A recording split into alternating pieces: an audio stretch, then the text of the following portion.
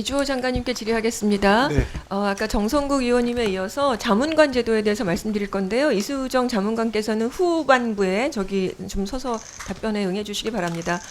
교육부에는 법령상으로 몇 명의 장관 정책 보좌관을 둘 수 있습니까?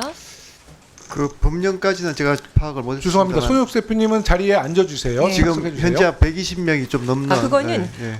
정책 위원회 자문위원회고요. 자문위원이고요. 지금 네. 제가 말씀드린 건 정책 보좌관 네, 몇 네. 명을 둘 수 있죠? 정책 보좌관과 또 자문관이 틀립니다. 네, 보좌관은 아마 2명을 두고 네, 있습니다. 2번 맞습니다. 네. 그런데 장관님은 자문관이라고 하는 좀 독특하고 좀 이상한 직위를 통해서 정책 보좌관 같은 역할을 하게 하는 분들, 그런 분들을 인사를 시행한 게 있습니다. 그 중에 이제 이수정 이제 그 자문관이 있다라고 볼 수 있는데요. 이 자문관이 근데 총 3명이었습니다. 그런데 이들은 정확하게 어떤 제도를 통해서 교육부에 들어온 것입니까? 제가 그 정책 자문관은 우리 그 인사 담당하고 상의해서 이제 보좌관과 함께 좀 장관을 정책적으로 보좌할 분들이 필요하고 자, 그런데 거기에 따라서 네. 좀 뭐 합법적인 절차를 통해서 한 걸로 알고 있습니다.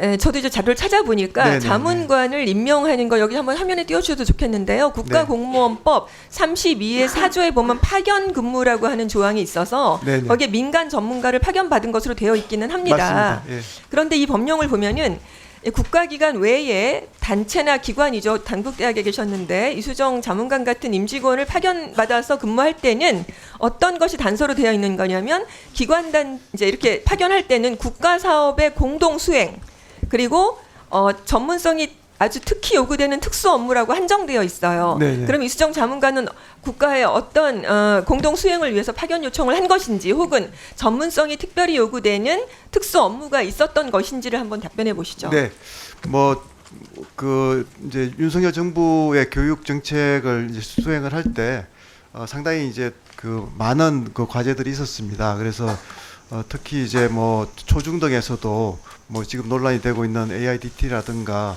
또 뭐 교원 정책이라든가 또 뭐 함께 제가- 학교라든가 여러 가지 정책들이 있는데요. 네. 그런 정책들이 제가- 쉽지 않은 과제들이어서 이런 것들을 좀 그 교육학에 네. 기반을 둔 그 전문가가 파견돼서 네, 그런데 장관을 좀 지원하는 것이 필요하다 해서 네, 좋습니다. 근데 결과적으로 그 전문성이나 특수 업무가 어떤 면에서 리발스쿨과 같은 구구단체와 연관되는 것이 아닌가라는 의문을 사게 하는 측면이 전혀 아주 그렇지 많습니다. 제가 그걸 증명해 보여드리겠습니다. 자, 이수정 자문관의 임명은 다른 2명의 자문관의 파견과도 굉장히 차이가 많습니다. 한번 화면에 나오나요? 보면 자문관이 3명을 두셨는데 다른 2 자문관은 분명히 장관님과 관계가 있어 보입니다. 근데 이수정 자문관은 별다른 연관성을 찾기가 어려워요. 어떤 경로를 아까 추천받았느냐고 정성구 의원이 여기가 지금 여쭤보니까 예. 제가 말씀드릴 차례입니다. 네네. 그 전임 자문관이 추천했다고 했습니다. 그것이 사실이면은 저희 의원실에 확인서를 받아서 좀 제출해 주시기를 바랍니다. 이거는 제가 서면으로 제출을 네. 보고 받겠도록 하겠습니다. 자, 그런데 정작 그 문제는 리박스쿨 청문회 핵심 중인 그 한 명인 이 이수정 자문관이 업무 자체가 국가공무원법의 위반 소지가 아주 다분하다는 것이 문제입니다. 제가 하나씩 말씀드릴게요. 자, 법에서 정한 파견 사유에 다른 활동을 하지 않은 것을 자료를 통해서도 볼 수가 있는데 화면 한번 보여주시기 바랍니다. 자, 보시면 이수정 자문관의 업무 추진비 목록입니다. 목록을 보시면 본인의 파견 사유나 전문성하고는 별로 상관없이 지금 화면에 보이나요? 네. 상관없이 교육부 정책 전 분야에 대한 업무에 관여하고 있는 걸 볼 수 있습니다. 국가공무원법 위반 소지예요. 왜냐하면 이건 자문관의 역할이 아닙니다. 자, 그 다음도 한번 업무 추진비 목록을 보시면은요, 이거는 고등교육 관련 내용입니다. 저기 여기를 판례를 보시면 민간 전문가가 파견될 때 그 주요 직무 내용이 뭐냐면 아까 장관님도 말씀하신 것처럼 초중등 교육 관련 정책 자문이나 검토나 연구입니다.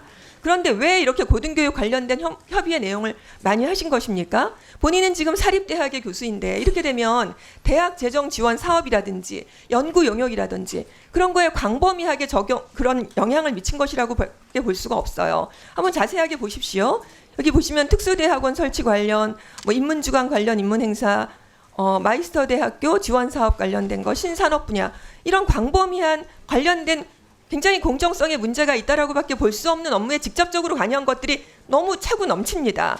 자, 장관님 이렇게 본인께서 임명한 이 자문관이 이런 활동하고 계신 걸 아셨습니까? 모르셨습니까? 예, 아니요로 답변해 주세요. 네, 그 교육학계에 그 뭐 예, 특히 아니요로 이제 답변 부탁드립니다. 교육대학이나 또 이제 그 사범대학 같은 경우에 초중등과 또 연계가 됩니다. 또 산학협력 그러니까 같은 예, 경우에도 아니요로만 답변해 주세요. 아셨습니까? 모르셨습니까? 저는 뭐 이수정 자문관이 본인의 역할을 충실히 했다 이렇게 생각합니다. 이게 충실하게 한 것입니까? 그럼 출장 기록도 한번 보시죠. 출장 기록도 보시면은 이게 이제 대부분 같은 사유로 지속적으로 서울 출장을 간 걸 알 수 있겠는데요. 관리가 되지 않는 상태에서 굉장히 자유롭게 활동하신 것이에요.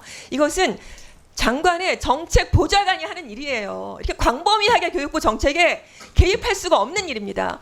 아까처럼 본인이 분명히 사립대학교 교수임에도 불구하고 고등교육 관련된 업무를 한 것이 분명하게 적시되어 있지 않습니까? 출장도 이렇게 똑같은 사유로 이렇게 서울에 자유롭게 다닐 수가 있는 일입니까? 이거 다 출장비를 받고 아까도 업무 추진비를 다 받은 것입니다.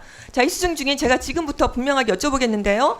이 지금부터 여쭤보는 말씀은 아시겠지만 위증됐을 때는 고발될 수 있다라는 사실을 제가 분명하게 말씀드립니다. 자, 이수정 자문관께서 그 교육부에서 그 간부들이 참여하고 있는 카카오톡, 텔레그램에 참여하셨습니까? 예, 아니요로. 예, 참여하셨죠? 네네. 그럼 참여하셔서 본인의 의견을 이렇게 제안하거나 그런 적이 있으시죠? 예, 아니요로. 예, 제뭐 정보를 올려드리거나 네, 하셨죠? 했습니다. 네, 좋습니다. 주간으로 열리는 간부회의에 참석한 적 있으시죠? 예, 했습니다. 네, 장관님의 어떤 정책 협의하는 데서 배석한 적 있으시죠? 예, 자, 그러면 교육부 간부들에게 정책 관련 지시나 민원을 전달했습니까? 지시한 적은 없습니다. 어쨌건 민원을 전달하거나 정책 관련 내용을 같이 협의하거나 그 논의를 내용한 것이 있으신가요? 예, 회의에 토론회에 참여해서 의견을 제시하기도 했습니다. 분명히 그랬습니다. 그것은 본인이 자문관으로 역할이 맞다고 생각하십니까? 예, 저는 맞다고 생각합니다. 이게 맞습니까? 이게 자문관 제도는요, 교육부에 평소에 있는 것이 아니에요. 지금 이주호 장관